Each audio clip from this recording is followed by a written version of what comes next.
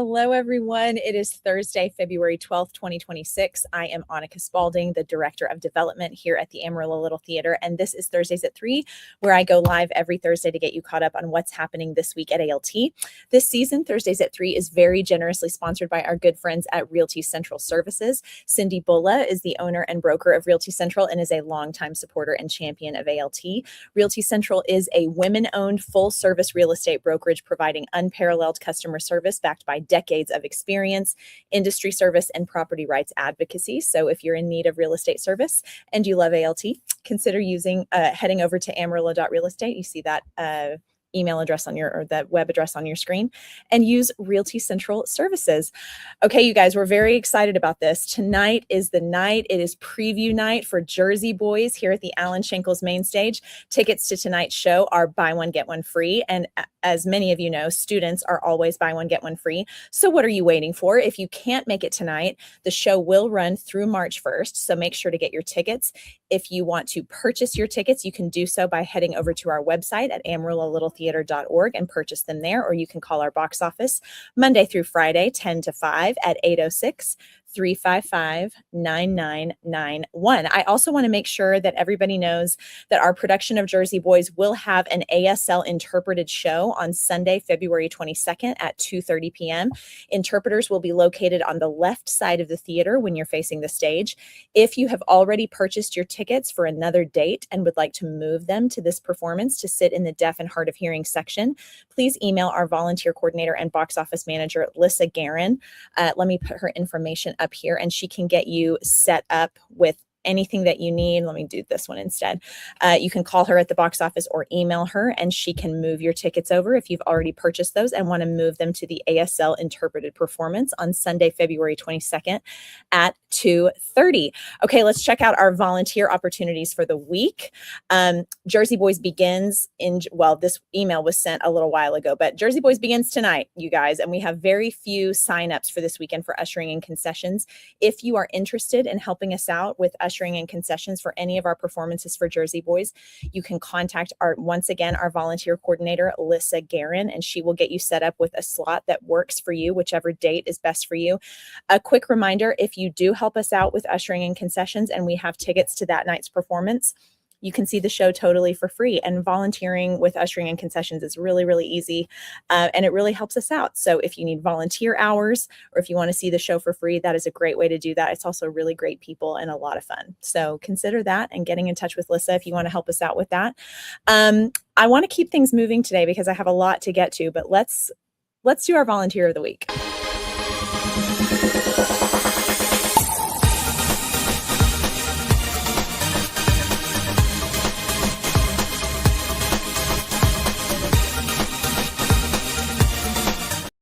Okay, I have to say I'm kind of obsessed with this volunteer of the week.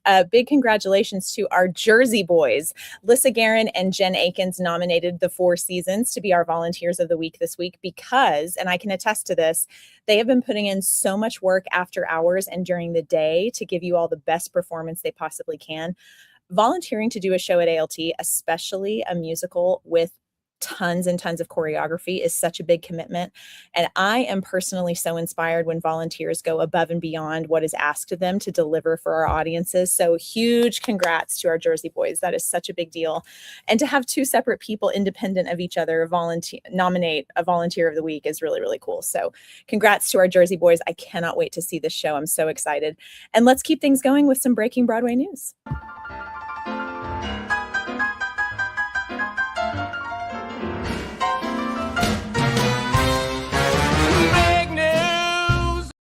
All right, this spring, great performances on PBS will air the filmed recording of Suffs, the Broadway musical from Tony Award winner Shayna Taub, which is really exciting.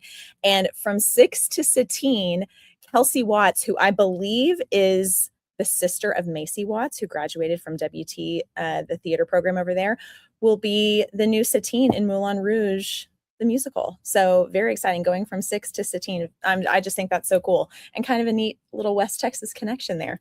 It's a small little place, so we spread ourselves out. Okay, let's get to the really good stuff. I'm really excited about this. Jersey Boys begins preview night tonight here at the main stage, and I am so excited to chat with two of the cast members today. A big warm welcome to Zeth Collom and Preston Moore. Hi, my friends. What's up?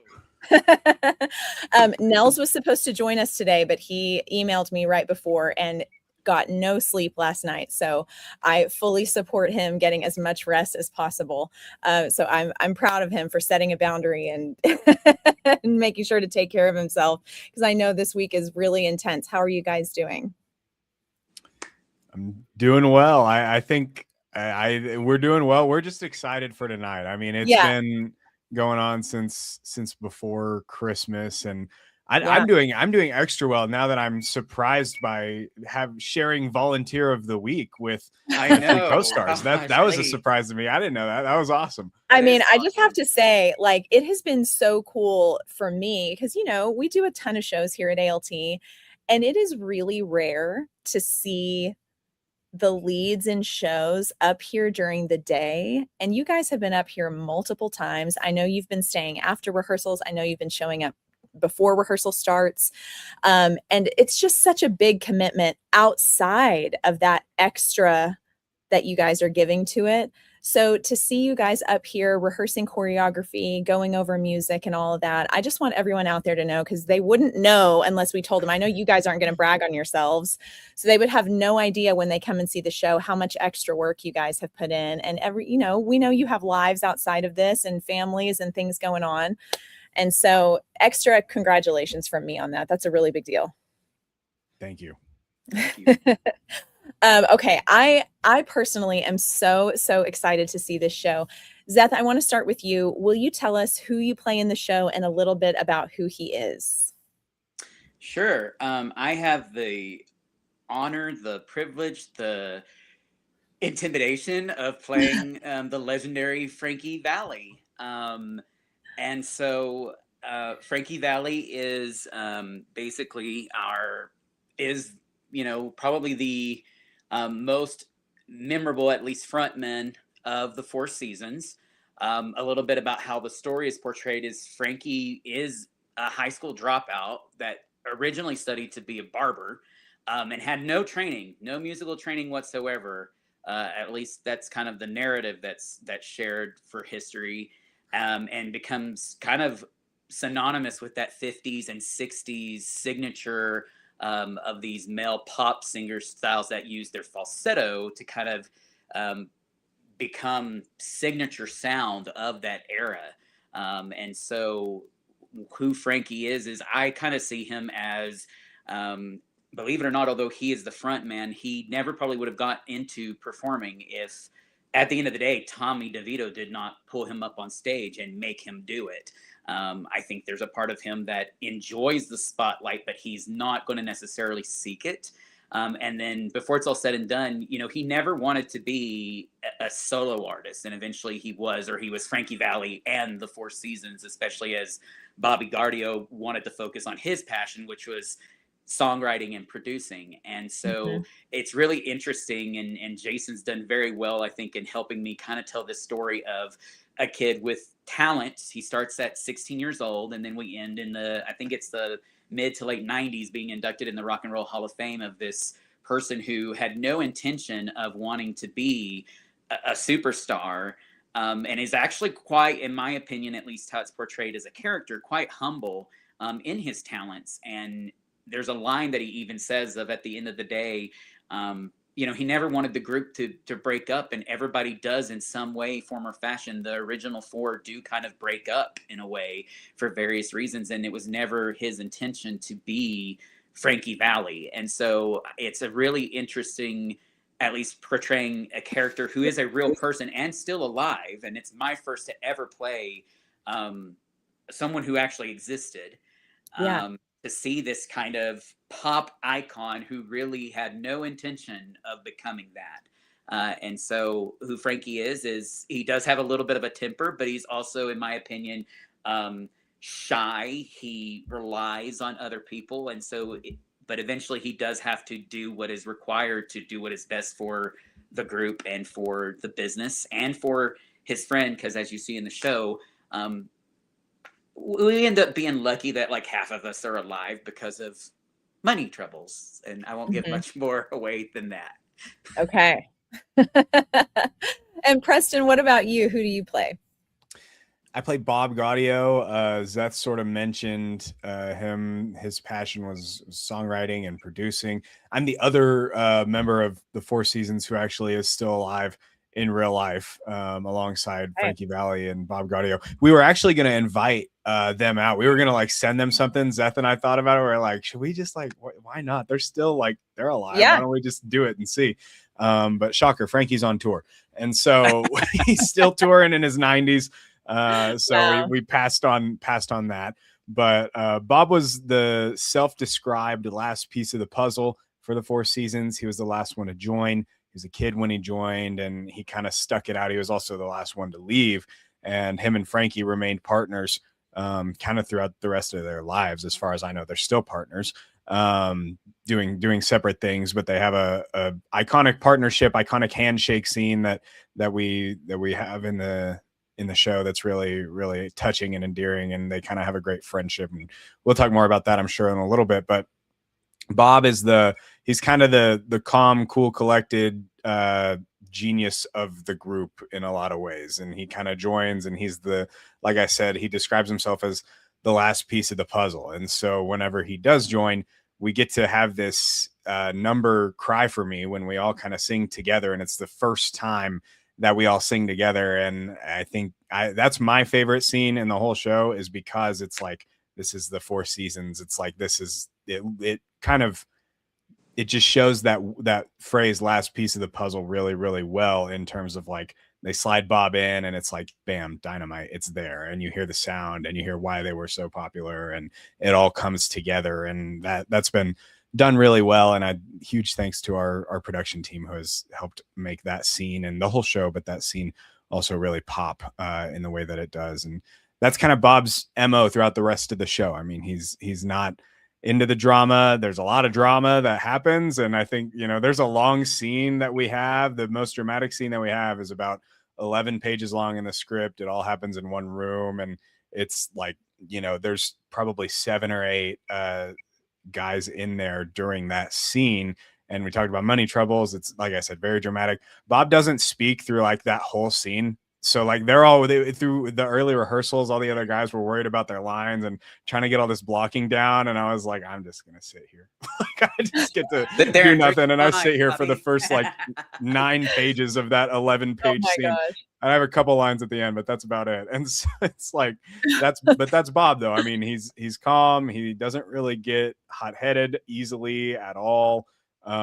Preston, isn't your line something of like, you're the one Italian that isn't into drama or something like that? Yeah, he literally says that.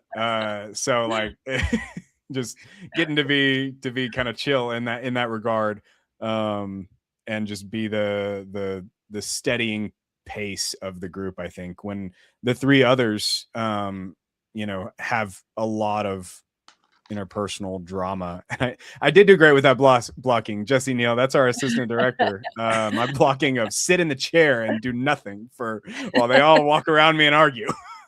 Nailed it. Yeah.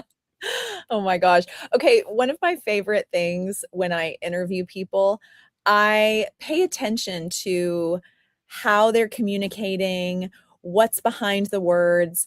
And you are 2 of my very favorite people, both Preston, you and Zeth, to interview, because I've asked 2 questions, really just one question.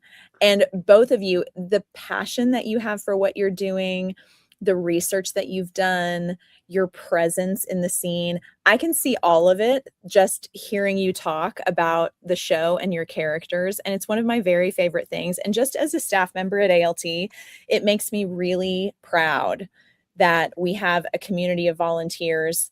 Everyone is capable of giving, what they can give, and we appreciate anything they can give. But the 2 of you in particular, in my opinion, really go above and beyond. We saw that with the Volunteer of the Week, with the 4 seasons and all the time you guys have given to the process. But just hearing you talk about your characters and the scenes that you're in, as an actor, as a staff member at ALT, it just makes me really, really proud. And I'm really looking forward to the rest of the interview, because I don't feel like I have to carry the whole thing. Which I love. We can talk. We can talk. I love that. I love that. Alex Barrera says, hey, break a leg this weekend. Oh, thank you. I'm so excited to talk to you guys a little bit more about the show. Preston, our audiences most recently saw you on stage playing younger brother in Ragtime. What can they expect to see when they get tickets for Jersey Boys? Jersey Boys is, and you mentioned Ragtime, which I had the honor to share the stage with you in that show, and you were phenomenal in that show. And I just had such a great time in that show. When I have described Jersey Boys to some of my friends, because Ragtime, as you know, and as I've spoken about, that was my first show in 8 years. And so it was a big thing to just, telling my friends, I'm doing theater again. You should come out and see it. This show is really cool. I mean, we've got a lot of great vocalists. It's going to be a great show. And so now that I'm doing another show, when describing it to some of my friends who maybe aren't theater people or who came to see Ragtime, and that was kind of their, not introduction, but kind of their I don't know, entryway into theater almost a little bit, or, they saw that and that was one of their only theater experiences in the last couple of years, perhaps. When I'm telling them about Jersey Boys, I'm like, this is very different. This is not the same as what you saw in Ragtime. Ragtime was obviously, set in the early 1900s and very political, and Jersey Boys is, and the music in Ragtime was beautiful, and it was just very, like, I don't know, I'm not a music person. You could describe this a lot better than I could, Annika, or you, Zeth, but Ragtime is very, like classical, like, musical style. It's kind of what you expect when you go to a musical. And if you don't know what a jukebox musical is, Jersey Boys is not that, specifically Jersey Boys. Like, we are doo-wopping and having fun with songs that you've probably heard before, many of which I had heard before that I didn't realize were in Jersey Boys. Yeah, there's Michelle. We love having Michelle backstage. He's the best. But yeah, Jersey Boys, what can they expect when they see Jersey Boys? A lot of fun songs, some really cool light. I love what they've done with the lighting in this show, what our technical director, Noah Lang, and Jason, and what they have kind of partnered to create lighting wise in this show. It's going to be a beautiful show, just visually speaking, and musically a lot of fun, a lot of singing and dancing. I mean, it is like I said, just real songs that you've probably heard before, some of which you may not realize that you've heard before. And I think, Zeth, you can speak more to this, but you've mentioned a couple times that this show is emblematic of male friendships in a lot of ways, and it's a really great display of male friendships in a lot of ways, that you don't necessarily see a whole lot of the time, I think. And I think it is I think it's really good for that, because you've got these 4 guys, right? They were friends throughout their lives, and they go through ups and downs, and they've got each have their own kind of interpersonal relationships with each other. And because it's, solely about them, they're kind of on stage the whole time, and it's following these 4 guys throughout the trajectory of their careers. And it's very interesting. There's a lot of fun, a lot of funny lines. I'm excited to have an audience tonight, because there's so many times when you're in rehearsal and you're like, this is going to get a laugh, and I know it's going to get a laugh, but I need to wait to see if it's going to get a laugh. It's going to add so much, because there is a lot of humor in this show. So I think people are just going to have a lot of fun with this show. I'm so excited to see it. And I want you guys to talk a little bit more about the theme of male friendship, because, when I think about a singing group, I think more often than not, and I think we've seen in real life, it can break friendships apart. I feel like that's more the norm of what you see.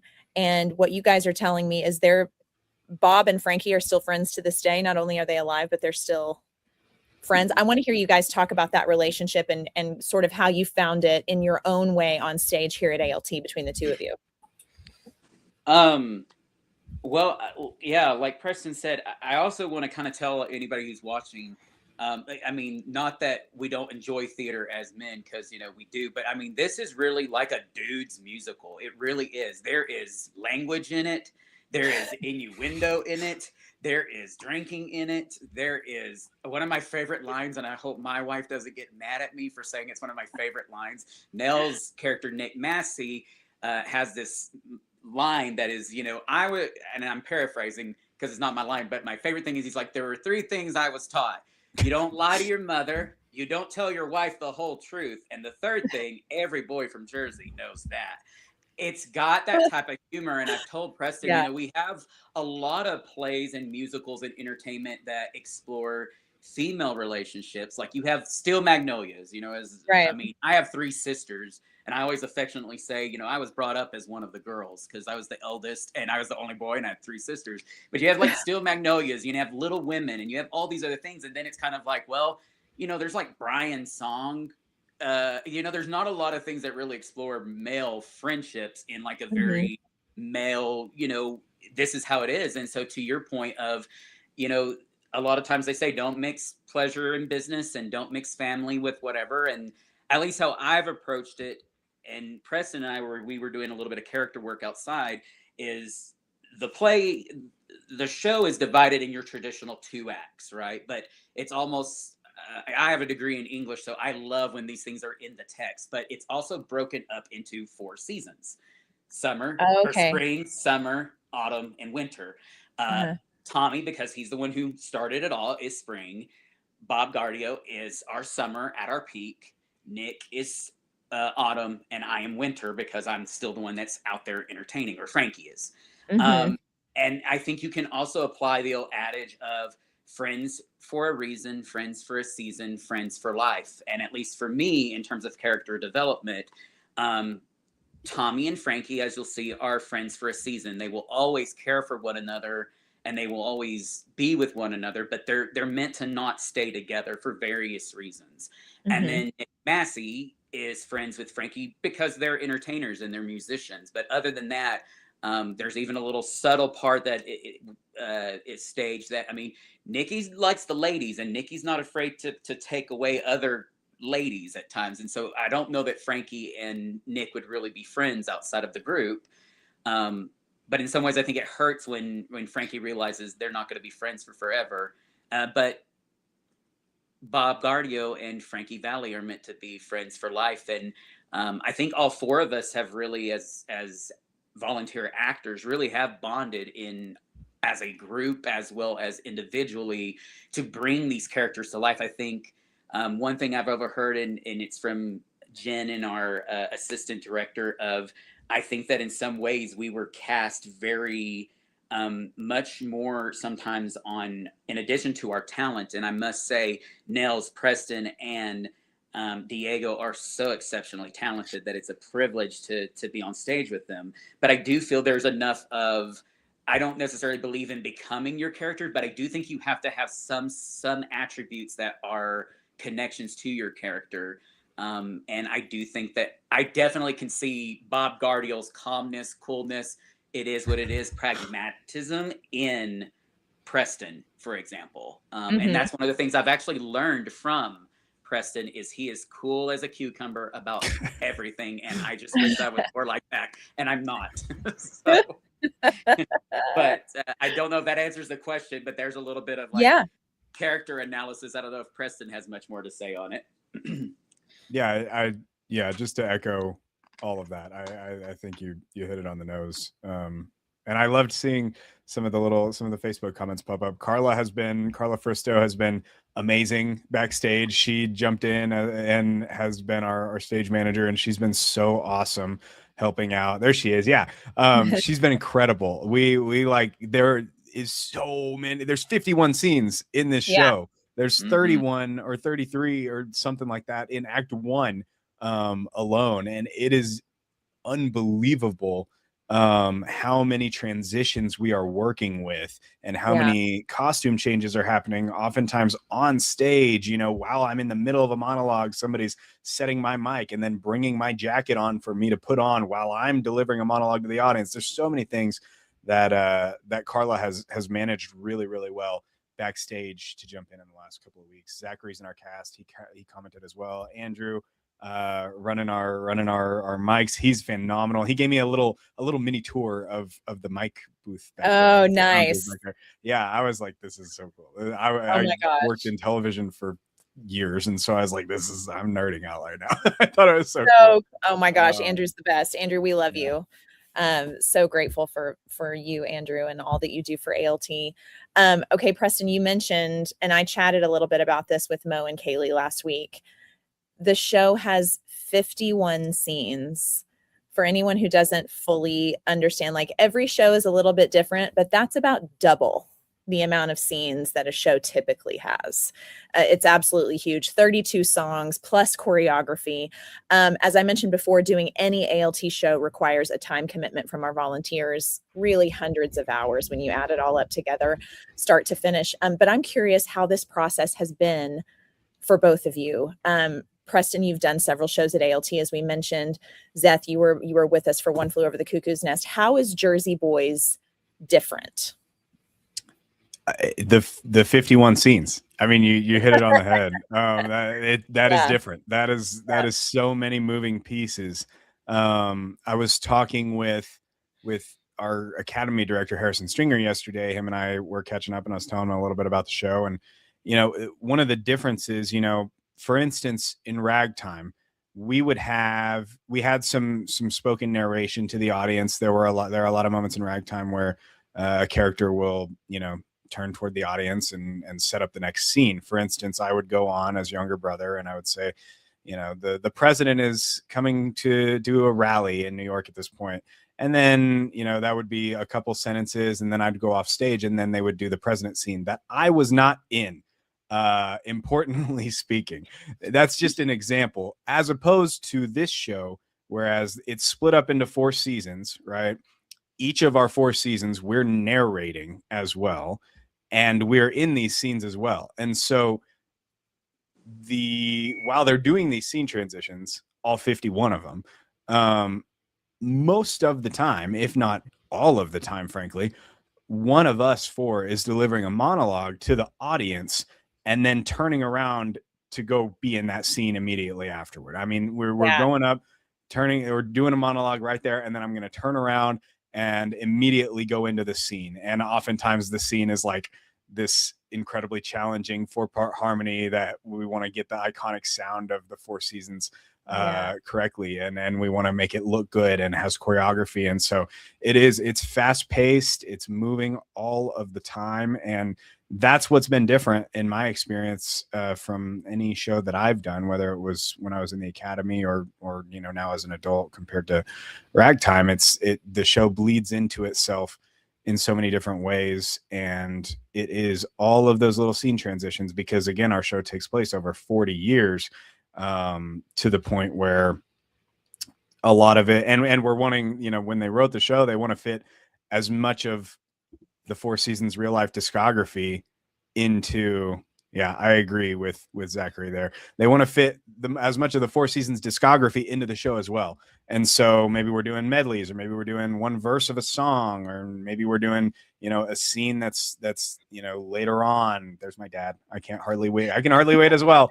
But it's so much movement throughout the show, really, just pacing wise, structurally, as a narrative. And that really is different, because it takes place over the course of decades, because there are so many songs from their discography that we're performing, and because in the middle of all of it, one of the 4 of us is delivering a monologue to set the scene to the audience, because maybe it's been 10 years since the scene you just watched, and so things like that have to be conveyed as well. And so it's a lot, and that is a challenge, but it's an exciting one.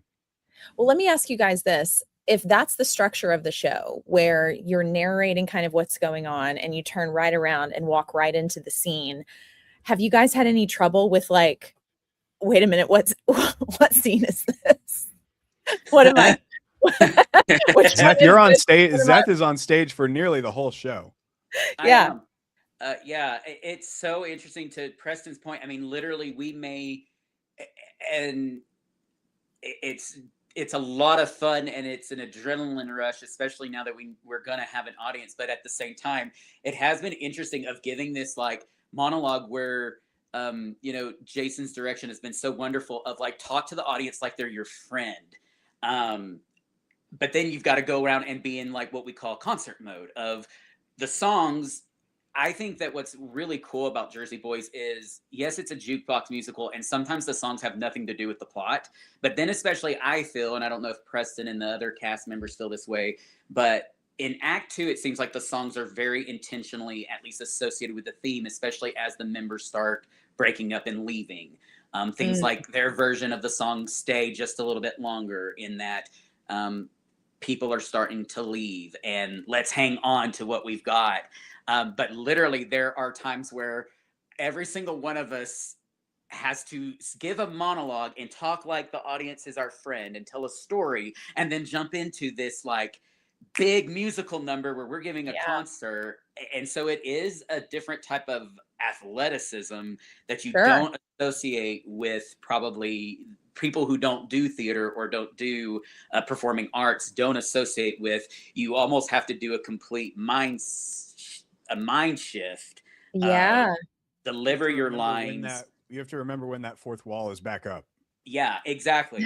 When is the fourth wall back up? Because this is when I was doing some research on the actual production of Jersey Boys when it opened, almost 20 years ago, what they wanted to do is they had noticed that shows like The Office and everything of like this breaking of the fourth wall, almost like a documentary, mockumentary style, but there really wasn't a whole lot of musicals that done that, even though the fourth wall has been broken for a long time, even in Greek classical theater and Shakespeare and everything like that. But there really wasn't a major musical that embraced that form. And they wanted to do that with Jersey Boys. And so, it is interesting to have to remember, okay, now the audience is an observer, not being brought into the story.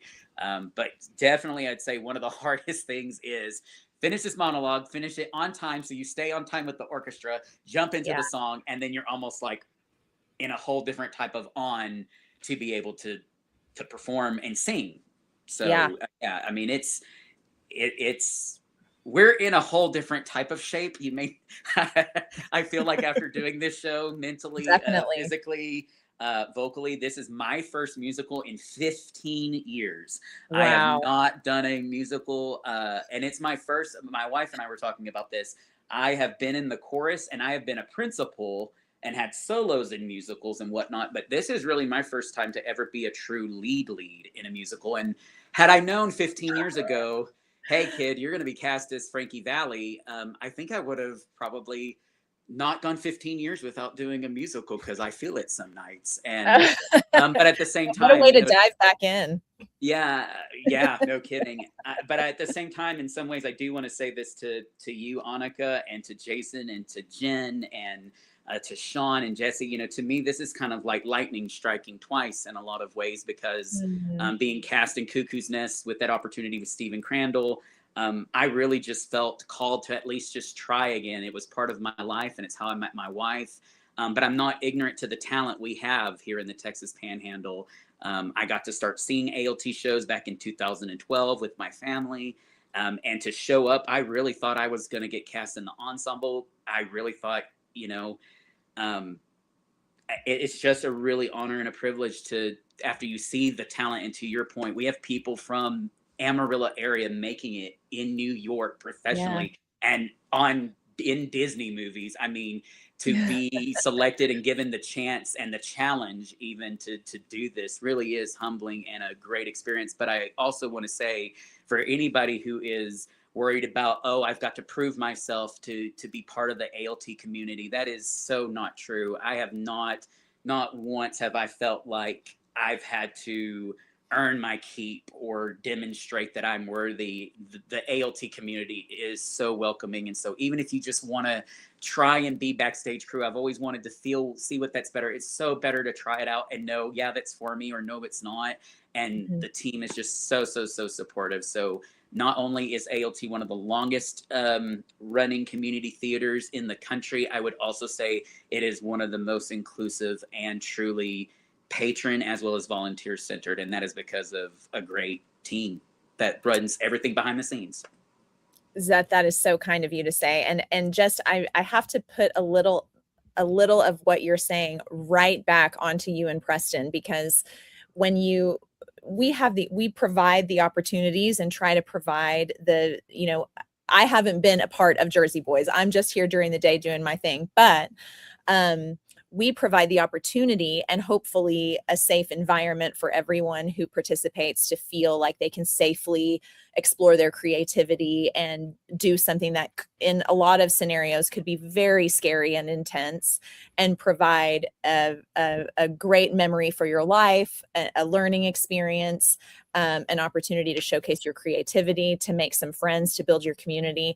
But for me, like we've said multiple times during this broadcast today, seeing and hearing these stories about you guys showing up, not just showing up for what you've been asked to do, but going above and beyond when you have jobs and you have lives and you have families and responsibilities, and committing yourselves beyond what's asked of you.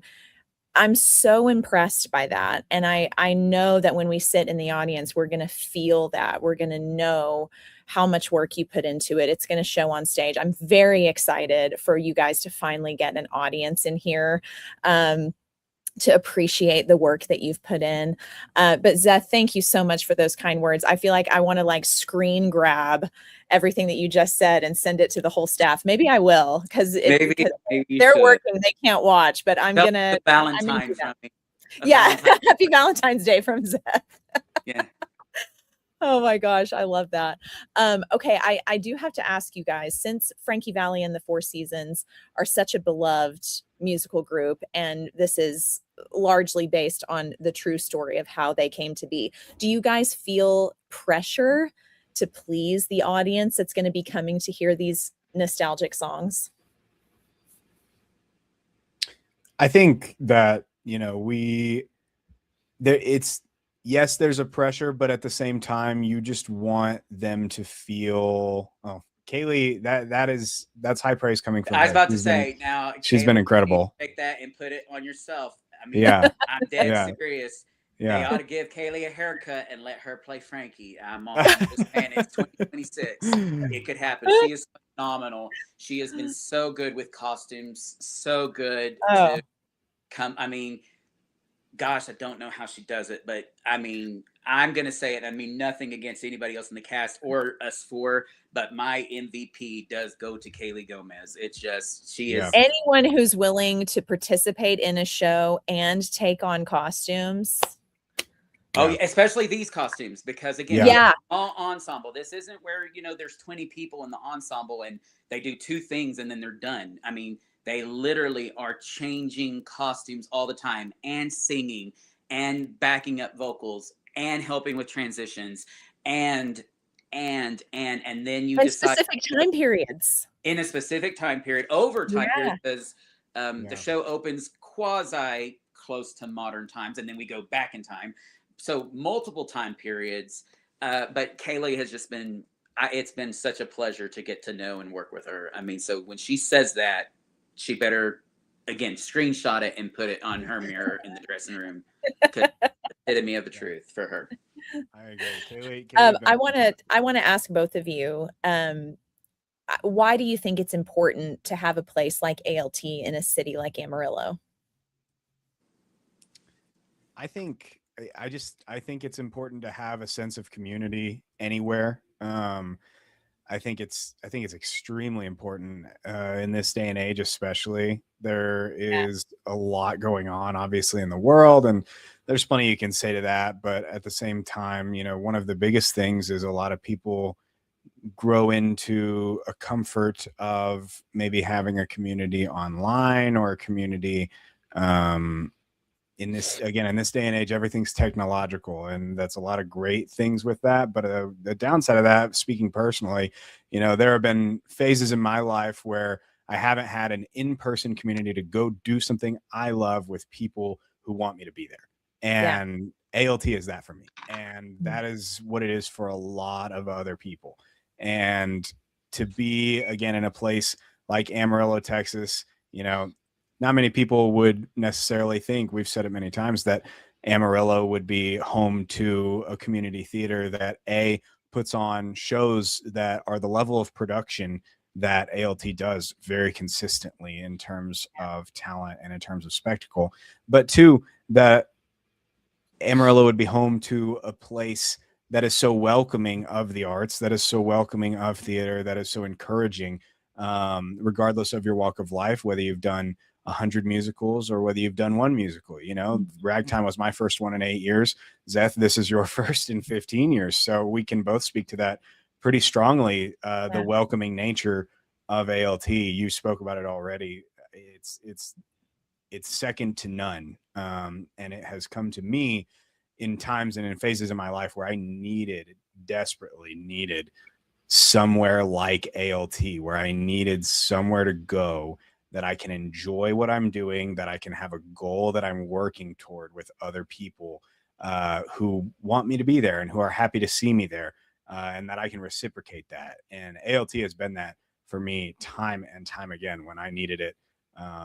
It's always been there. And I think that that's such a special thing about ALT in Amarillo. Like I said, it's a town that someone from the outside may not have expected. After Ragtime, one of the shows, Ragtime, there was an old woman who was from Lubbock. She came up to me I can't even remember which show it was, but she had driven in from Lubbock and she was just floored by the show. She couldn't believe it. And what she kept saying was like, I can't believe this has been here all this time. Like that this has been in Amarillo all this time. What are you doing next? Where can I get tickets? Let me get your website. Let me look at your season.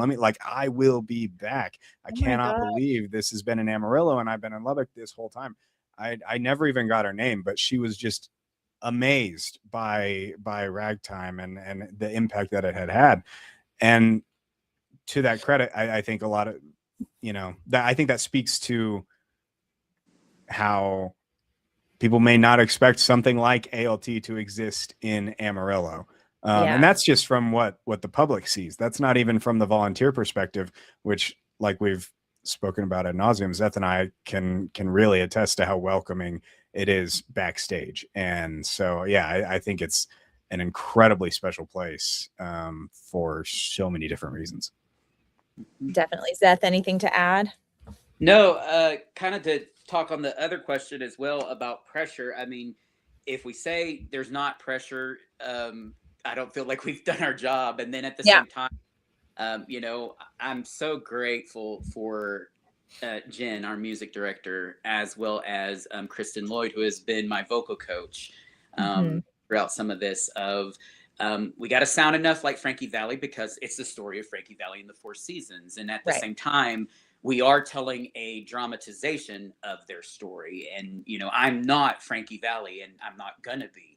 And so we have put in the time, we have put in the effort, we have put in the work. So it is it's kind of like going to your job. You've got to enjoy the work, but you also know that there's stuff that's got to get done. And so to answer your question, at least for me, I have put pressure on myself, but I've also, being a speech therapist who actually works a lot with singers, it's been interesting to look at things from the perspective of the performer to also give the grace you would give others to yourself so you don't ruin your performance as well.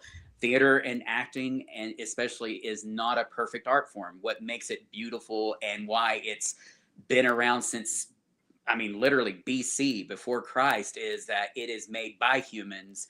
That's why the irony of the title, The Play That Goes Wrong, there's almost something that, whether or not the audience always knows, there's usually something that goes awry every night. And so there is the pressure, but I also feel like we have done a good job of accepting that this is Preston Moore's interpretation of Bobby Gardio. This is AP's version of it. But going back to why it's important to have ALT. Even for myself, I am a kid from Spring Lake Earth, Texas. I did not have one acting class until I went to college.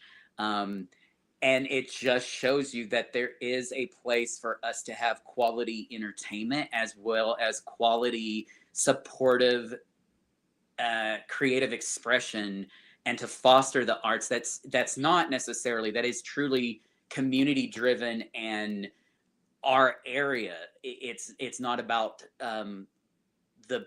we don't get to pay people 8 hours a day to go and work on their music and their dance and their acting. Yeah. This is truly a labor of love, and it's for love of the game if you're more of a sports person. And so ALT provides not only that artistic entertainment that I think we need as individuals. Again, we're getting to run through Valentine's Day. Again, I would say to all the men out there, you might as well come and enjoy a show that you might actually really get into, and take your wife to a really lovely dinner, and then come and see a show that's like, man, this is what it's like to be a dude sometimes. I mean, there's even things that for myself as a dad, I've realized in the show of Frankie Valli was a father and a husband, and I think there were times where he was forced to make a choice that he was between a rock and a hard place. No matter what he did as an entertainer, he was going to fall short as a husband and father. Now, was he a saint? Absolutely not. But I just feel like that's the big part. But ALT, I mean, y'all have just done some phenomenal shows, and what a great season, and a unique and very, in some ways, a season that you probably wouldn't expect a lot of community theaters to have this year. You've had everything from, yes, it's a familiar piece because of the movie, but then you open with something about mental health, which has been huge in the past decade, especially even with COVID, of people that, again, not even 100 years ago, being identified as a certain type of person, that meant you were crazy. And then you go from that to Frozen, which is this mega, everybody, I mean, where have you been if you don't know what Frozen is? And then you have some very, probably for the theater aficionados, like Ragtime, that also touches on some very relevant themes that are happening, and having a huge orchestra on stage. And then something hilarious and almost farcical like The Cottage. And then you turn around and have this on the surface, oh, it's a jukebox musical. It's, pop music that everybody's heard on the radio. It can't be that big. And then you're like, this is not your average jukebox musical. It is intense. And that seems to be the common theme when I've talked to, I saw Cy Scroggins the other day, and met up with Steven and even yourself, Annika, of like, oh, that seems to be the theme from the theater people. It's like, oh, it's a jukebox musical, but whoa, it's not a jukebox musical. It's got a lot of heart, and it's got a lot of technical. But I just think that ALT is so essential to our community, not just from the entertainment perspective, but to what Preston touched on, is a sense of community. You don't have to be an actor to be involved at ALT. I mean, we need people who can paint. We need people. I keep teasing my mom and dad of, we're donors and everything, but at the same time, like, go up there and help paint. My dad's an electrician. They'll put you to work on the lights, if you need something to do when you get retired. There's classes that y'all offer. And so it just is so important with the work that y'all do to be on the let's put butts in the seats and put on shows. There's a lot more that happens. Well, and I'm so glad that you mentioned the variety in our season, because starting tonight, when you come and see Jersey Boys, you can help us vote on our 2026-2027 season. Raquel is going to be putting out on our social media channels a QR code and a link where you can go. It's a SurveyMonkey link where you can vote on the shows that you want to see next year before we pick our season later in the spring. If you're here in person and you would rather not do the QR code thing or do it online, we have physical ballots here at the theater where you can please clearly circle. Don't circle. I have to count these. Don't circle two numbers. Circle one number. Anyway, but you can vote on physical ballots here at the theater when you come and get an idea of the shows that we're looking at for next season, which is really exciting. But yes, we try to do a wide variety of shows, titles people recognize, titles people don't, content that we think is important to put out there that people need to see. So take a look at those and make sure to vote on our season. Guys, you've been such a fantastic interview today. Is there anything else before we head out that you want our audiences to know before they start seeing Jersey Boys starting tonight at the theater? I would just say we hope you have fun. We've obviously, like we've talked about, we've put a lot of hard work into this, and we want it to knock your socks off, as Zachary Vidari said in the comments a little bit earlier. Where that's what we want. Zachary Vidari, one of our cast members, also wanting to knock your socks off as well. Everybody wants to really make this the best that it can be, and to transport maybe some of those people who listened to Frankie Valli and the Four Seasons when they were at their peak, to transport them back to that time with this music. And so, yeah, we hope to see you there. And there's my mom. Both of them. My mom.